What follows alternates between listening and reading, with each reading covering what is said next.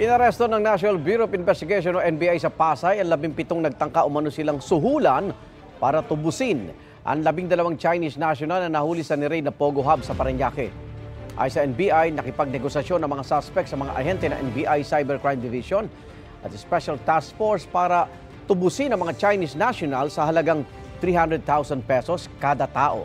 Nang maiabot ang pera sa entrave operation, doon na inaresto ang mga suspect. Kabilang dito ang 5 Pilipino. Paliwanag ng isa sa mga Pinoy, inutusan lang sila umano ng kanilang boss para kunin ang mga tao. Sinampana ang mga arestado ng reklamong corruption of public official at paglabag sa Anti-Financial Account Scamming Act. Samantala, ayon naman sa Presidential Anti-Organized Crime Commission o PAOC, 80% na tinatayang nasa apatarang iligal na pogo na kanilang na-monitor ang tumigil na ng operasyon. 80% ng 400 na yun talagang tumigil.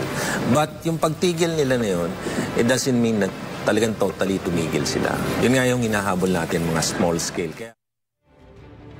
Igan, mauna ka sa mga balita, mag-subscribe na sa GMA Integrated News sa YouTube para sa iba't ibang ulat sa ating bansa.